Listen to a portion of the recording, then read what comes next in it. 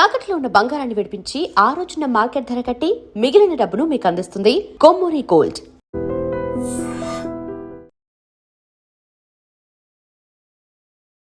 నమస్తే, welcome to iDream media. నేను మీ రుద్దం శ్రీనివాస్. ఇవాళ ప్రపంచాన్ని కలవరపెడుతున్న కేసు ఏదైతే ఉందో, జెఫ్రీ ఎప్స్టీన్ ఫైల్స్ కేసుకు సంబంధించి ప్రపంచం నివ్వెరపోయే నిజాలు ఒక్కొక్కటి రోజు రోజుకు భయంకరమైన విషయాలు బయటకు వస్తున్నాయి. ప్రపంచంలో ఇప్పటి వరకు జరిగిన లైంగిక నేరాల కేసుల్లో ఇది టాప్లో ఉందని చెప్పచ్చు. జెఫ్రీ ఎప్స్టీన్ అనే వ్యక్తి ప్రపంచంలో అత్యంత పలుకుబడి కలిగిన ధనవంతులను అడ్డపెట్టుకుని చేసిన అరాచకాలమైన వస్తున్న వార్తలు కలవరపెడుతున్నాయి. ప్రపంచాన్ని ఎట్లా ఆ శక్తులు తమ అధీనంలో ఉంచుకొని ఇన్నోళ్ళు కప్పిపుచ్చుకున్నాయి అనే విషయం కూడా చాలామందిని విస్మయానికి గురి చేస్తుంది. ఎప్స్టీన్ ఫైల్స్లో ముఖ్యంగా ప్రపంచ అధినేతలు ఉండడం, వారంతా చాలా పలుకుబడి, డబ్బు, అధికార హోదా, ఆర్థిక వ్యవస్థలను శాసించే పరిస్థితులు ఉండడం కూడా ఈ కేసులో అత్యంత ఆసక్తిని చూపిస్తున్న విషయంగా మనం చూడొచ్చు. దీని మీద మాట్లాడడానికి మనతో ప్రసాద్ పేకేటి గారు ఉన్నారు. ఆయన జియో పొలిటికల్ అనలిస్టు. నమస్తే ప్రసాద్ గారు. నమస్కారం శ్రీనివాస్ గారు. సార్, జెఫ్రీ ఎప్స్టీన్ ఫైల్స్ ఇవాళ ప్రపంచాన్ని కుదిపేస్తున్నాయి. ముఖ్యంగా మన ఇండియాను కూడా, మన పార్లమెంట్లో కూడా చాలా పెద్ద చర్చ జరిగింది దీని మీద. ఓకే, ఆ విషయాల తర్వాత మాట్లాడదాం. అసలు ఏంటి ఈ జెఫ్రీ ఎప్స్టీన్ అనేది, ఈ ఫైల్స్ను మీరు ఎలా చూస్తారు? దీన్ని ఎలా మీరు అభివర్ణిస్తారు? జెఫ్రీ ఎప్స్టీన్ అనే వ్యక్తి అంటే, మనము ఒక బాగా చదువుకున్న వ్యక్తి, తెలివైన వాడు, మేధస్సు ఉన్నవాడు వక్రదారులు పడితే ఈ ప్రపంచానికి ఎంత ప్రమాదకరమో అది మనకి ప్రత్యక్ష ఈ ఉదాహరణ. ఇది చాలా బాధాకరమైంది. అసలు పైశాచిక ఆనందాల గురించి అమ్మాయిలని లేకపోతే చిన్న అబ్బాయిలను కూడా ఎలా ఎక్స్‌ప్లాయిట్ చేస్తారు అన్నది మనకి ఈ డీటెయిల్స్లో తెలుస్తుంది. ఈ జెఫ్రీ ఎప్స్టీన్ న్యూయార్క్ ప్రాంతం చెందినవాడు. అంటే బై జ్యూస్ అనమాట వాళ్ళ ఫ్యామిలీ. ఓకే, అంటే మనకు చాలా మటుకు న్యూయార్క్లో ఎక్కువ మంది ఒక 10-15% వరకు జ్యూస్ ఉంటారు. అంటే అరౌండ్ 1930s 40s ఆ ప్రాంతంలో బయట నుంచి వచ్చిన వాళ్ళందరూ చాలా మంది ఫస్ట్ న్యూయార్క్లో ఉండేవారు. చాలా మంది అక్కడ ఫైనాన్షియల్లీ జ్యూస్ వాళ్ళు ముందు నుంచి ఉండేవారు కాబట్టి అక్కడ స్టేబుల్ అయ్యారు. అక్కడ వారి చిన్న నార్మల్ బ్యాక్గ్రౌండ్ వాళ్ళది. వాళ్ళ నాన్న టీచర్ కదా, ఒక మ్యాథ్స్ టీచర్. అతను వాళ్ళ నాన్నగారు చాలా సామాన్యులు, అంటే ఒక గార్డెనర్గా అలా ఉండేవారు. ఇతను ఎంత తెలివి అంటే ఆల్మోస్ట్ ఒక 2 grades ముందే ఇచ్చేసారు ఆయనకి. అంటే మనకి 8th క్లాస్లో ఉండేవాడు ఇంకా చదువుకుంటున్నవాడు 10th క్లాస్ ఎగ్జామ్ మంచి బ్రహ్మాండమైన మార్కులతో వచ్చినట్టు. Child prodigy. మ్యాథ్స్ ఫిజిక్స్లో చాలా టాలెంట్ ఉంది. ఓకే, అటువంటి వాడు ఏం చేశాడంటే, సరే ఇంకొక పెద్ద అర్హత ఉన్నా లేకపోయినా ఒక మంచి ఇతని టాలెంట్ చూసి ఒక మంచి స్కూల్, ప్రఖ్యాతి చెందిన స్కూల్లో ఇతనికి స్కూల్లో జాబ్ ఇచ్చారు, మ్యాథ్స్ టీచర్గా. అక్కడ నెమ్మది, అంటే పెద్ద స్కూల్ అంటే ధనవంతులు వాళ్ళందరూ వస్తారు కదా. అవును. నెమ్మదిగా వాళ్ళతో ఫ్రెండ్షిప్ చేసుకోవడం మొదలుపెట్టాడు. వాళ్ళతో అట్లా ఒక ఏజెన్సీ ఒకటి ఏదైతే ఉందో, కన్సల్టింగ్ ఫర్మ్ బర్న్స్ అంటారు, దాంతో అతను వర్క్ చేస్తూ ఇంకా ఆ ట్రేడ్స్లో ఎలా మన ఫైనాన్షియల్లీ ఇంకా బాగా రావచ్చు ఇలా అని చెప్పి అతను నెమ్మదిగా ఏం చేశాడంటే, అతను ఓన్ కంపెనీ పెట్టుకున్నాడు. ఓన్ కంపెనీ పెట్టుకుని అక్కడ యుఎస్లో చాలా ఫేమస్ లింగరీ, ఒక ఎస్పెషలీ ఫీమేల్స్ వాళ్ళది విక్టోరియా సీక్రెట్ అని ఉంది. దాని అధినేతది ఈ పోర్ట్ఫోలియోలు, అంటే స్టాక్ మార్కెట్ పోర్ట్ఫోలియోలు అవన్నీ మేనేజ్ చేయడం, నెమ్మదిగా ఆప్షన్స్ ట్రేడింగ్ ఇవన్నీ చేయడము, ఈ ట్రేడింగ్లో ఉన్న సీక్రెట్స్ అవన్నీ నెమ్మదిగా తెలుసుకోవడం మొదలుపెట్టాడు. సో అతను అక్కడితో ఆగలేదు. నెమ్మదిగా న్యూయార్క్లో ఉండే ప్లేస్లో ఏంటంటే, చిన్న టీనేజర్స్ 14 years 15 years ఇటువంటి అమ్మాయిలకి మీకు కెరియర్లో మంచి ఆప్షన్స్ ఇస్తాను, ఇవి ఇస్తాను అని వాళ్ళకి రిచ్ గిఫ్ట్స్ ఇచ్చేయడము, లేకపోతే వాళ్ళని ట్రాప్ చేయడం మొదలుపెట్టాడు. మీకు చాలా మంచి కెరియర్ బ్రేక్ వస్తుంది, మోడలింగ్ లేకపోతే మూవీస్, అంటే మనం చూస్తూ ఉంటాం మీటు వీటిలలో. సో దాంట్లో ఇదొక పార్ట్, కాస్టింగ్ కావచ్చు. దీంతోనే ఆగలేదు అతను ఏం చేశాడంటే, ఇంకా అక్కడ వాళ్ళని నెట్వర్క్ లాగా చేయడం మొదలుపెట్టాడు. అంటే అదేలేండి మన క్వాంటమ్ టైప్, మీరు ఒకరిని తెస్తే మీకు ఇంత గిఫ్ట్, ఇంకా ఇంకా ఇంకా అదొక అవును, ఒక 1000 మంది వరకు చైన్ తీసుకొచ్చాడు, మార్కెట్ చైన్ మార్కెటింగ్ చేసాడు. అయితే నెమ్మదిగా అతనికి ఇంకొక ఆవిడ మ్యాక్స్వెల్ అని ఒక ఆమె ఇతనికి ఒక తోడు అయింది. అంటే ఇతను ఏంటంటే ఆల్రెడీ ఫైనాన్స్ వాటిలో పెద్ద పెద్ద హై ప్రొఫైల్ వాళ్ళు ఎవరైతే ఉన్నారో అతను పట్టుకొస్తూ ఉండేవాడు. ఇతని లివింగ్ పార్ట్నర్ ఆర్ వైఫ్ అంటారు కానీ ఎంతవరకు లీగల్ తెలియదు మనకి. ఆమెమో ఇటువంటి ఆడపిల్లలందరినీ ట్రాప్లో పెడుతూ వచ్చేది. సో దాంతో వీడి ఆస్తి కానీ ఇవన్నీ కానీ మిలియన్స్ దాంట్లో దాటిపోయింది. అయితే ఇది 95-2000 వరకు ఇలా చేయలేదు. నెమ్మదిగా అతను సుఖం గురించి పైశాచిక ఆనందాల గురించి చేశాడు. తర్వాత ట్రాప్ చేయడం మొదలుపెట్టాడు. 2005లో ఇతని మీద కేసు పడింది. 2005లోనే కేసు పడింది. అయితే అది పెద్దగా ఏం చూపించకుండా ఇతన్ని మామూలుగా వదిలిపెట్టేశారు. అయిన తర్వాత 2007 తర్వాత ఇంకా పెద్దగా ఎక్స్పాండ్ చేస్తూ వెళ్ళిపోయాడు. అంటే ఇక హై ప్రొఫైల్ వాళ్ళని కూడా అతన్ని బ్లాక్మెయిల్ చేయడము, మీ పరువు పోతుంది ఈ వీడియోలు బయటికి వస్తే, ఇలా అని చెప్పడం ద్వారా ఇతను ఆడిందే ఆట అయిపోయింది. అంటే ఇంకా దాంతో అరే ఇతను చాలా పవర్ఫుల్ ఇన్ఫ్లుయెన్షియల్ అని ఇంకా లాబింగ్ లీగలే కదా యుఎస్లో. అందు గురించి వాళ్ళు ఏం చేశారంటే ఎక్కువ శాతం మంది ఇతన్ని అప్రోచ్ అవ్వడం మొదలుపెట్టారు లాబింగ్ గురించి. లేకపోతే ఇతను ఇచ్చే గిఫ్ట్స్ ఇవన్నీ చూసుకుంటూ పెద్ద పెద్ద పొలిటీషియన్లు వీళ్ళందరూ ఇతని గ్రిప్లో వచ్చేసారు. అయితే ఎప్పుడైతే ఈయన జైలు నుంచి బయటికి వచ్చాడో, వచ్చిన తర్వాత ఇంకా ఇంటర్నేషనల్ చేసేసాడు. అంటే దీన్ని ఒక సపరేట్ ఐలాండే కొనేసాడు, వర్జిన్ ఐలాండ్స్లో ఇతని పేరు మీద ఒక ఐలాండ్ కొనేసాడు. అంటే 72 స్క్వేర్ కిలోమీటర్స్లో కొనేసాడు. ఇంటర్నేషనల్లీ చాలామంది మనకి ప్రిన్స్ విలియం ఉన్నాడు, అతని పేరు కూడా వచ్చింది ఇటువంటి వాటికంటే. షాకింగ్ అండి, Stephen Hawking really shocking. So ఇతని మనకి మీమ్స్ కూడా ఎలా వస్తున్నాయంటే మన మీర్జాపూర్లో ఇటువంటి అతన్ని కంపేర్ చేయడాలు. స్టీఫెన్ హాకింగ్ అంత తెలివైన వాడు ఏంటి అతను కూడా ఇలాగా. అంటే ఇక్కడ చూసుకోవాల్సింది ఏంటంటే ఇతని మనస్తత్వం ఎటువంటిదంటే మనకి తెలుగు సినిమాలో ధృవ సినిమాలో చూసాం. అరవింద్ స్వామి తెలివైన వాడు. ఆ తెలివిని ఎలా వాడుకున్నాడు అంటే ఎంత నెగిటివ్ గా దుర్మార్గపు ఆలోచనలతో ముందుకెళ్ళాడో అది ప్రత్యక్ష ఉదాహరణ. అయితే ఇంకోటి చూడాల్సింది, ఎప్పుడైతే డబ్బులు ఎక్కువైపోతుంది, నీకు మొత్తం పవర్ఫుల్ కనెక్షన్స్ డెవలప్ అవుతుందో ఇతని మీద మళ్ళీ కేసు పడింది. ఎంత కేసులు వచ్చినా సరే 2018-19 మళ్ళీ జనాల్లో కూడా బాగా తెలిసింది. ఇది యుఎస్లో ఒక విషయం మెచ్చుకోవాల్సింది ఏంటంటే అండి, సివిల్ సొసైటీ అక్కడ ఇంకా ఉంది.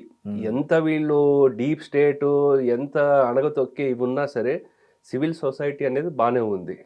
వాళ్ళు ఇంకా ఒత్తిడి తీసుకురావడం మొదలు పెడితే ఇతన్ని మళ్ళీ జైల్లో వేశారు. జైల్లో వేసిన తర్వాత కానీ శిక్ష లేకపోతే బెయిల్ అది ఎలా ఇచ్చారంటే వారానికి 12 గంటలు ఇతను జైల్లో ఉండాలి, మిగతా ఇతనికి ఉన్న ఫుల్ బిజినెస్ ఇంత బిజీగా ఉంటాడు కదా అది ఇంపాక్ట్ కాకూడదు అని రూల్స్కి విరుద్ధంగా కూడా శిక్ష వేశారు. అయితే వన్ ఫైన్ డే 2019లో ఇతను ఎక్కడైతే ఏ రూమ్లో అయితే ఉన్నాడో ఇతను ఆత్మహత్య చేసుకున్నారు అన్నారు. అదేంటండి, అతను ఆత్మహత్య చేసుకున్నది జైల్లో అని చెప్తున్నారు. అక్కడ ఆ రోజు కెమెరాలు పనిచేయట్లేదు అంటున్నారు. దానికి ఎలా చనిపోయారు, ఆత్మహత్యనా లేకపోతే ఎవరన్నా ప్లాన్ చేశారా, అలాంటి ఎవిడెన్స్ కూడా ఏమి లేకపోవడం. అంత పెద్ద ఇంటర్నేషనల్ శాసించి అమెరికాలో ఇట్లాంటి చిన్న క్యూలు అంటే దీని వెనక ఏదైనా పెద్ద కుట్ర ఉండే అవకాశం ఉందా? డెఫినెట్లీ పెద్ద కుట్ర ఉంది అండి. సో ఎందుకంటే ఇంత పెద్ద వాళ్ళు ఇన్వాల్వ్ అయి ఉన్నారు. బిల్ క్లింటన్ ఉన్నాడు, బిల్ గేట్స్ ఉన్నాడు, ఈవెన్ డొనాల్డ్ ట్రంప్ ఉన్నాడు అంటున్నారు. కానీ ఇప్పుడు మొత్తం అతని విజువల్స్ కూడా వైరల్ అవుతున్నాయి కదా. యాక్చువల్ చెప్పాలంటే అండి 65 lakh ఫైల్స్ ఉన్నాయి. అవును, 2,000 మిలియన్లు ఎన్నో వీడియోస్ కూడా ఉన్నాయని అంటున్నారు. అది ఎంతవరకు కరెక్ట్? అది మామూలు అతని దగ్గర ఉండే కంప్యూటర్ అక్కడి నుంచి స్వాధీనం చేసుకున్న దాంట్లో 65 lakhs వరకు ఫైల్స్ ఉన్నాయి. దాంట్లో చాలా వీడియోస్ అన్నీ ఉన్నాయి. అంటే ఇతను ఏం చేసేవాడంటే ఫస్ట్ వీళ్ళని అట్రాక్ట్ చేసుకోవడం, తర్వాత ఏం చేసేవాడు ఇతని ఐలాండ్లో మీకు ఎవ్వరు ఉండరు, ఫుల్ ప్రైవసీ ఉంటుంది. ఎంప్లాయీస్కి వాళ్ళందరికీ నాన్ డిస్క్లోజర్ అగ్రిమెంట్స్ అవన్నీ రాయించడం అవన్నీ చేసి ఏదో ఒక ఒక మూల ప్లేస్లో మొత్తం కంట్రోల్ రూమ్గా పెట్టుకొని ఈ డీటెయిల్స్ అవన్నీ రికార్డ్ చేసుకుంటూ వచ్చి ఒక్కొక్కళ్ళు స్టోర్ చేసుకుంటూ వచ్చి ఇతన్ని ట్రాప్ చేస్తూ అమ్మాయిలను ట్రాప్ చేస్తూ నెట్వర్క్ లాగా డెవలప్ చేస్తూ తర్వాత మీరు నోరు ఎక్కడైనా విప్పారంటే మిమ్మల్ని చంపేస్తామని భయపెడుతూ సో అవన్నీ చేసుకుంటూ వచ్చి తర్వాత వీళ్ళకి ఇటువంటి డీల్స్ ఇదే కాదు, ఈవెన్ యూఏఏ నుంచి షేకులు ఎవరైతే ఉన్నారో వాళ్ళు కూడా దాంట్లో కూడా ట్రాప్ అయి ఉన్నారు.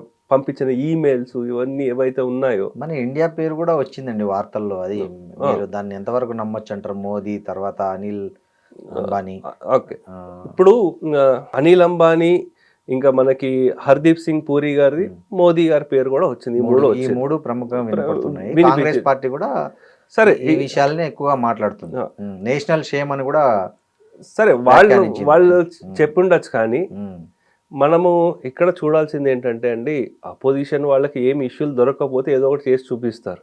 కానీ వాస్తవంగా ఏం జరిగింది అక్కడ, ఫస్ట్ మోదీ గారు he's the head of the state and ఆయన ట్రిప్స్, ఫారెన్ ట్రిప్స్ ఎక్కడైతే వెళ్తూ ఉంటాయో ఆ ఇదివరకు హయాంలో ఏంటి అందరు జర్నలిస్టులను అందరు తీసుకెళ్లేవాళ్ళు, ఆ ఇన్ఫర్మేషన్ లేకపోతే సెలెక్టివ్ లీకింగ్ చేస్తూ ఉండేవాళ్ళు.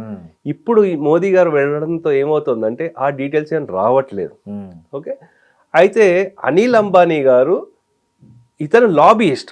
సో ఇతను ఒకటి అనే వ్యక్తి బేసిక్ గా లాబీయిస్ట్. అతనికి ఉండే కనెక్షన్స్ వాళ్ళతో, సరే లాబీయిస్ట్ కాబట్టి ఎలా కనెక్షన్ డెవలప్ చేసుకుంటారు మీరు, ఏం జరుగుతుంది మోదీ గారు దానికి అంటే ఇక్కడి నుంచి ఇన్ఫర్మేషన్ లేదు కాబట్టి అక్కడి నుంచి తెప్పించుకో అంటే మనకు చెప్తారు కదా, రాజుగారి దగ్గర నుంచి కాకపోతే రాణి గారి దగ్గర నుంచి తెప్పించుకోవాలని. ఆ విధంగా అతను ప్రయత్నం చేశాడు. దాని తర్వాత ఏమనేది డీటెయిల్స్ అయితే అది రాలేదు.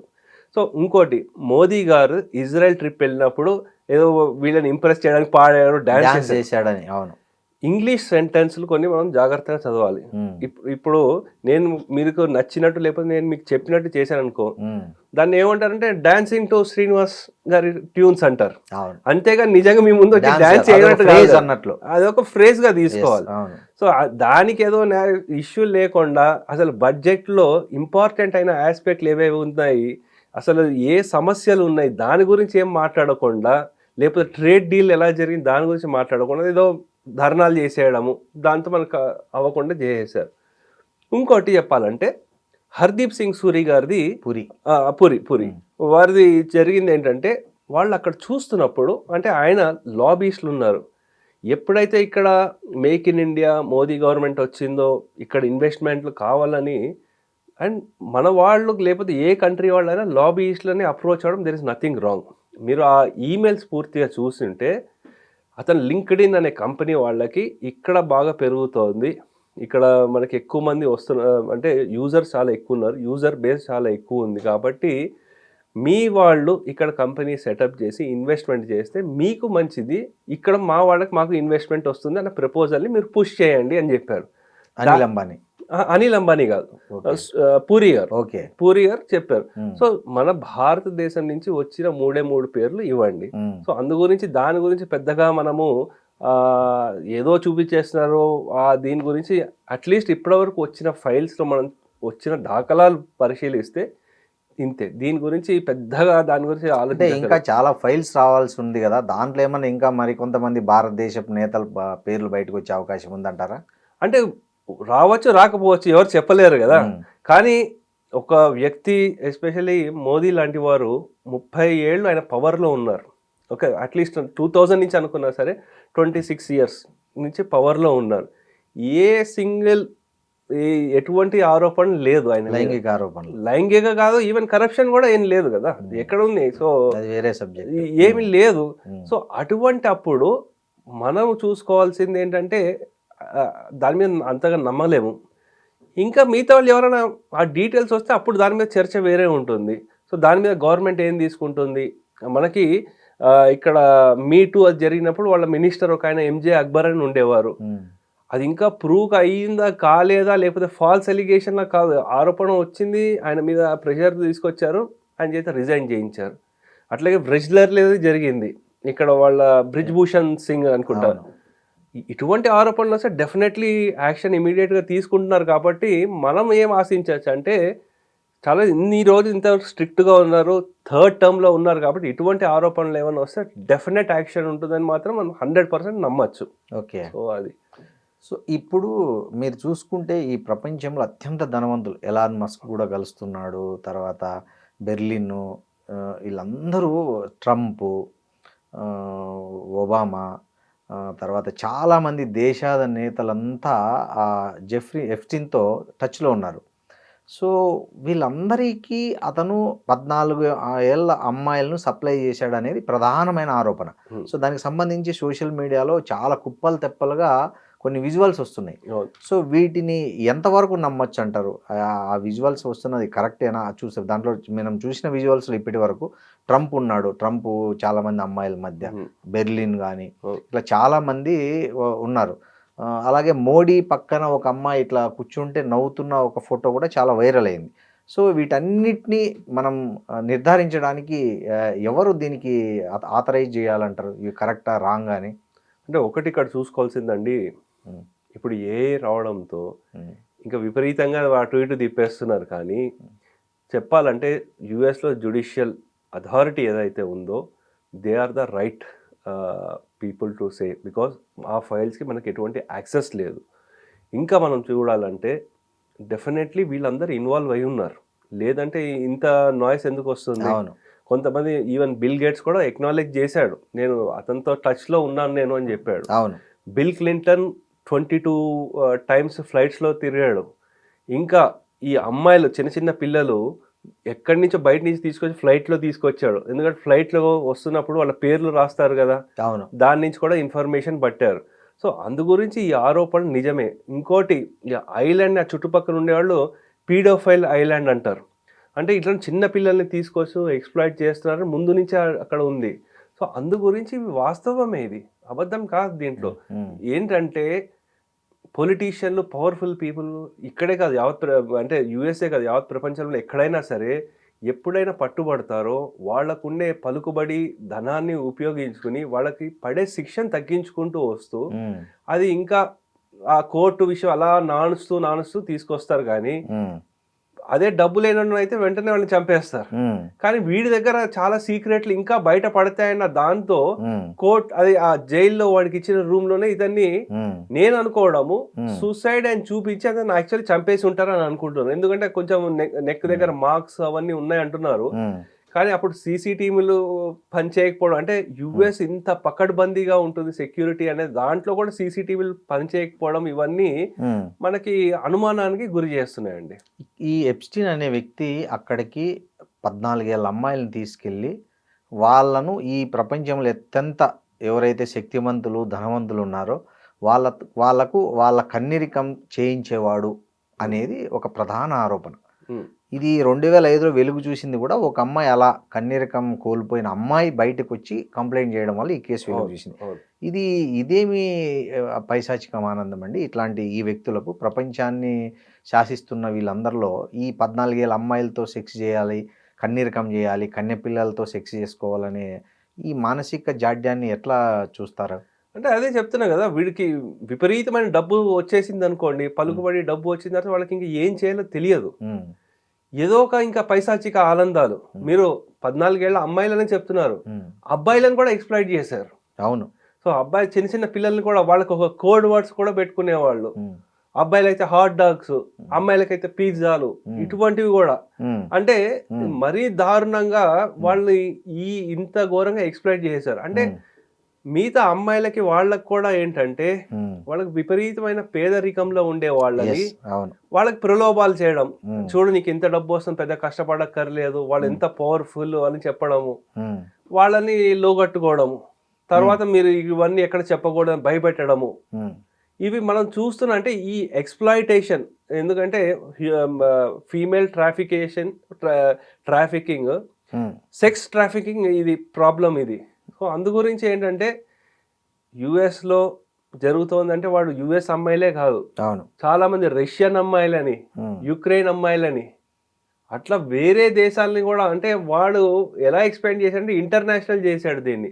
అందు గురించి అంత పెద్ద ఇష్యూ అయింది. ఇప్పుడు ఈ స్వీట్ హార్ట్ డీల్లో FBI దర్యాప్తు ఒకవైపు కొనసాగుతుండగానే ఎప్స్టీన్కి 18 నెలలకే ఇంత పెద్ద కేసులో బెయిల్ రావడాన్ని మనం ఎలా చూడాలి?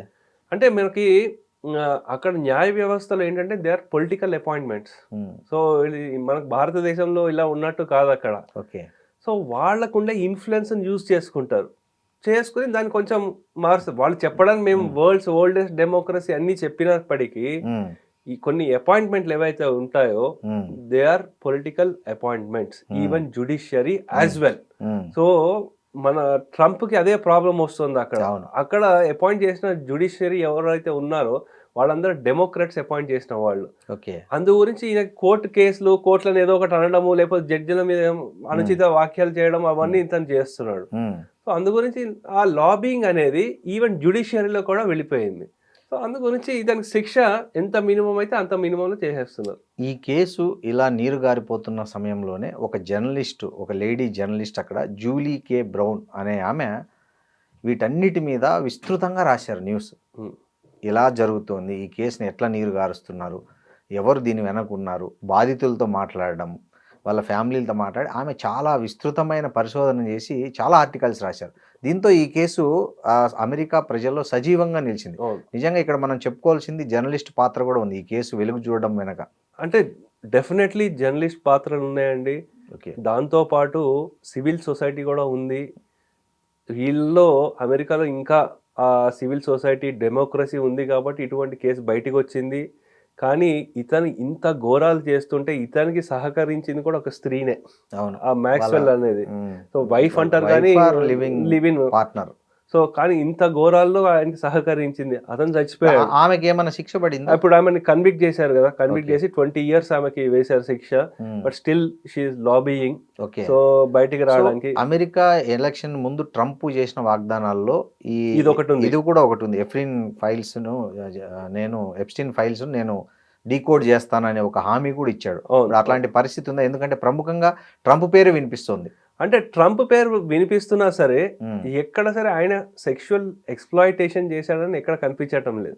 అంటే అంటే మనకి ఇప్పటివరకు వచ్చిన డాక్యుమెంట్ లో ఎక్కడ కనిపించట్లేదు. కాబట్టి అతను దాని ఒకవేళ నిజంగా ఆయన పేరు వచ్చింది అంటే డీప్ స్టేట్ వాళ్ళు వీళ్ళతో కలిపి వాళ్ళకి ఏం కావాలో ఈయన చేస్తాడు.